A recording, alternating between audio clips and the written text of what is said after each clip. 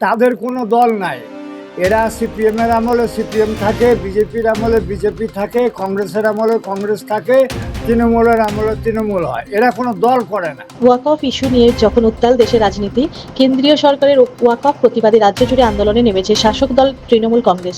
সেই সময় ওয়াকফের জমি দখল হয়ে যাচ্ছে, আর দখলকারীদের একাংশ তাদের নিজের দলের। বিস্ফোরক মালদায় রতুয়ান বর্ষিয়ান তৃণমূল বিধায়ক সমর মুখোপাধ্যায়। তিনি বলেন, তার বিধানসভা কেন্দ্র এলাকায় রতুয়াতে ওয়াকফের জমি দখল করে জমি মাফিয়া বিক্রি করে দিচ্ছে। কারা এই জমি মাফিয়া? তিনি বলেন, এরা যে দলক্ষমতায় থাকে তার আশ্রয় থাকে। কার্যত নিজের দলের একাংশের বিরুদ্ধেই আঙুল তুলেছেন। ইতিমধ্যেই তিনি থানায় অভিযোগ করেছেন। বিধায়কের দাবি, দিনের পর দিন ধরে এই কারখানা চলছে, তা বন্ধ করতে তিনি আন্দোলন নামছেন। আর এ নিয়ে শাসক দলকে তীব্র কটাক্ষ বিজেপির। বিজেপি বলেন, এই দিনে তৃণমূল ওয়াকফ বিলের প্রতিবাদে আন্দোলন করেছে, আর বেদখল হয়ে যাওয়া ওয়াকফের জমিকে উদ্ধার করার জন্য কেন্দ্রীয় সরকারের বিল এনেছে। তাদের বিধায়ক সেটা হাড়ে হাড়ে টের পাচ্ছেন। আর এই নিয়ে গ্রামবাসীদের প্রশ্ন করলে তারা বলেন, চোখের সামনে এই ঘটনা ঘটছে, কিন্তু বেশি বলা যাবে না, তাহলে আক্রমণ হতে পারে আমাদের উপরে। এতটাই জমি মাফিয়াদের আতঙ্ক তাদের মধ্যে। তাদের কোনো দল নাই। এরা সিপিএমের আমলে সিপিএম থাকে, বিজেপির আমলে বিজেপি থাকে, কংগ্রেসের আমলে কংগ্রেস থাকে, তৃণমূলের আমলে তৃণমূল হয়। এরা কোনো দল করে না। এরা মাফিয়া, জমি মাফিয়া। এরা প্রচুর টাকা, প্রায় 100 কোটি টাকার লাফড়া আছে। এটা ওয়াকফের সম্পত্তি। ওখানে আমি কালকে গেছিলাম, যে দেখলাম প্লট প্লট করে সব। আমি ওখানে লোককে জিজ্ঞাসা করলাম, বলছে এরা বসেছে। পিছনে কোনো ডন হবে ইয়াসিনের মতো। আপনাদের শরণাপন্ন এই জন্য হয়েছি। কারা এটা করছে? এর পিছনে সমর মুখার্জি আছে না রহিম বক্সি আছে? এইটা খুঁজে বের করুন। এবং যদি সমর মুখার্জি রহিম বক্সি থাকে, তাহলে তাদেরকে দল থেকে বহিষ্কার করার জন্য বলুন যে সমর মুখার্জি রহিম বক্সি ওয়াকফের জমি নিয়ে ছিনিমিনি করছে। আমার মনে হয় সমর মুখার্জি রহিম বক্সিরা নাই, এর পিছনে ওই জমি মাফিয়ারা আছে, তারা এটা করছে, সঙ্গে মোতওয়ালির মদত। সরকারি আধিকারিক সরকারি দপ্তরকে পিছনে মদত দিচ্ছে, ভূমি সংস্কার দপ্তর। ব্যাপারটা হচ্ছে, এখানে একটা কথা বলি। একজন কলকাতা পুলিশের অ্যাসিস্ট্যান্ট সাব ইন্সপেক্টর আক্তার জামিনের ছেলে, ও সিপিএমের পঞ্চায়েত সমিতির চেয়ারম্যান ছিল রতুয়ায়। ও ওয়াকফ বোর্ডের কাউরো দেহরক্ষী ছিল। ওই আক্তার জমিনের ছেলে পুলিশের এএসআই, কলকাতা পুলিশে। তাকে আমি কালকে ফোন করলাম, বলছে এমএলএ সাহেব হাইকোর্টে বুঝে নেব, ফোন রাখেন। শেখ জামির বিন শাহজাহান, এর বাবা এই যে আমাকে, এই হচ্ছে নাটের গুরু। এ রতুয়ার ছেলে, ওর বাবা সিপিএমের পঞ্চায়েত সমিতির চেয়ারম্যান ছিলেন, এই কারখানা পুলিশের এএসআই। একে কানকে ফোন করলাম যে তুই রতুয়ার ছেলে, তুই জমি বেচেছিস। আমি কথা বলতে রাজি নয়, হাইকোর্টে বুঝে নেব দিস ম্যান। তো আমার অনুরোধ থাকবে কলকাতার পুলিশের সিপির কাছে, যে কে এই ছেলেটা, তাকে জিজ্ঞাসা করা হোক পুলিশ দপ্তর থেকে, কলকাতা পুলিশ থেকে। ওকে কে অধিকার দিল ওয়াকফের জমি বিক্রি করার? বলছি শাসক দল আপনারা, তারা শাসক দলে আপনারা রয়েছেন, পুলিশ আপনাদের পাশে রয়েছে, তা সত্ত্বেও শাসক দল রয়েছেন আপনারা, পুলিশ আপনার পাশে রয়েছে, তা সত্ত্বেও এইভাবে জমি মাফিয়া জমি দখল করে। না, এটা পুলিশ নিরপেক্ষ। পুলিশকে আমরা ব্যবহার করি না। আপনার ফর ইউর কাইন্ড ইনফরমেশন, যে শাসক দল বিরোধী দলের ব্যাপার নাই। এই জমি মাফিয়ারা কোনো দল করে না। এরা টাকা এবং 100 কোটি টাকা লাফড়া এই ওয়াকফ বোর্ডের সম্পত্তিতে হয়েছে। আমরা বের করতে পারছি না কারা এরা, এই মাটি মাফিয়া এরা কারা। এরা যদি সমর মুখার্জি হয়, এর যদি রহিম বক্সি হয়, ক্ষমা নাই।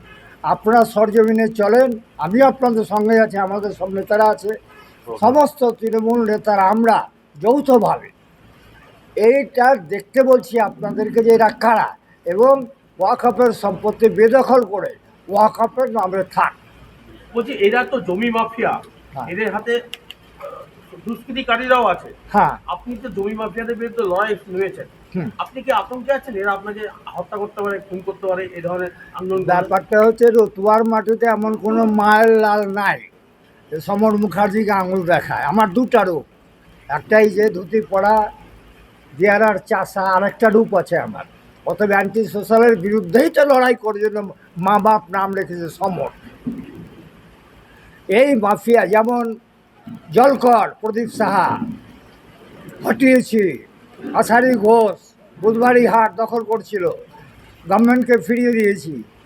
এখন বালুপুর হাট মাফিয়ারা ওই একই চক্র, যারা ওয়াকফ বোর্ডের সম্পত্তি দখল করছে তারাই বালপুর হাটের জমি বিক্রি করে, তারাই শামসি হাটের জমি বিক্রি করে, তারাই রতুয়ার পিডাব্লিউডির জমিতে বাড়ি বানায়। রতুয়া যেন একটা খাল খালাসি হয়ে গেছে। শাসন ব্যবস্থায় আপনারা রয়েছেন, প্রশাসন আপনার হাতে, তাও সত্ত্বেও কেন আপনাকে না না, যেভাবে সাংবাদিক বলে প্রশাসনকে আমরা ব্যবহার করি না, প্রশাসন নিরপেক্ষ। আমি সমর মুখার্জি রাজ্য নেত্রী ভাইস প্রেসিডেন্ট তৃণমূলের, আমি এমএলএ 82 সাল থেকে 5 বার। আমি প্রশাসনকে ব্যবহার করব না, বলবো না, তার কারণ এটা আমাদের দলের নীতিবিরুদ্ধ। প্রশাসন তার নিজের কাজ করে। যে কারা এরা, যদি সমর মুখার্জি থাকে, যদি রহিম বক্সি থাকে, ওদেরও রেয়াত নাই কি, ওইটাই আপনাদের কাছে চাইছি আমি। আর আমার তীরটা তোমাদের দিকে এটাই যে আমি তো শরণার্থী তোমাদের, আমার দলের আছে কিনা আমি জানি না।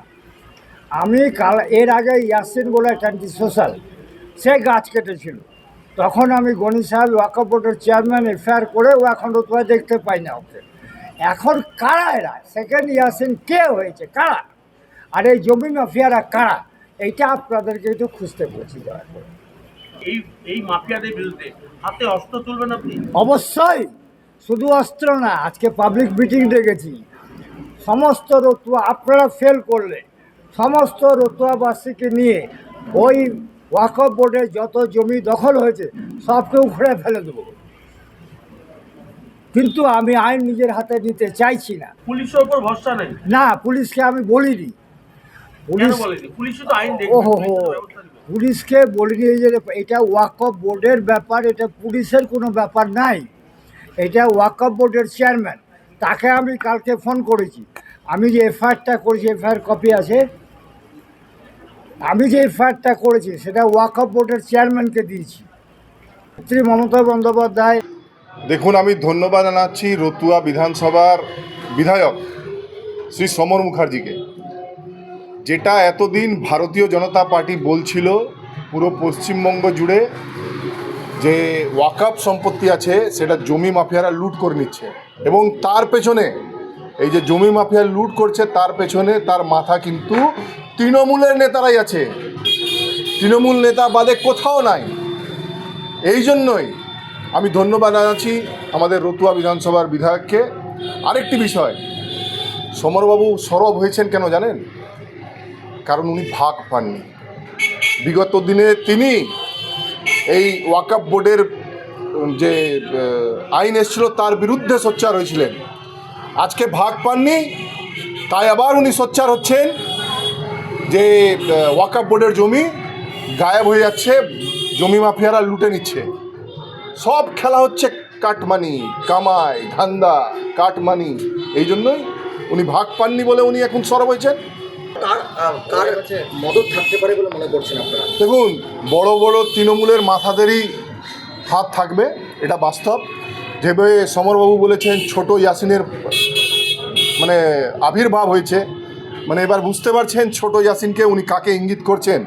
এটাই হচ্ছে ব্যাপার। বাহালালের মাটিতে ছোট ইয়াসিনকে, এটা তো সমরবাবু কেন, পুরো রতুয়াবাসী জানে। আর একটা জিনিস মাথায় রাখতে হবে, ভারত সরকার এই আইনটা এনেছিল ভারতবর্ষের যত মানে গরিব মুসলিম আছে ওয়াকফ বোর্ডের সম্পত্তি তাদের কাজে লাগবে। কিন্তু যারা বিরোধ করেছিল, তারা উস্কে ছিল পুরো ভারতবাসীকে এই ওয়াকফ বোর্ডের বিরুদ্ধে, তারা হচ্ছে জমিদস্যু, জমি মাফিয়া।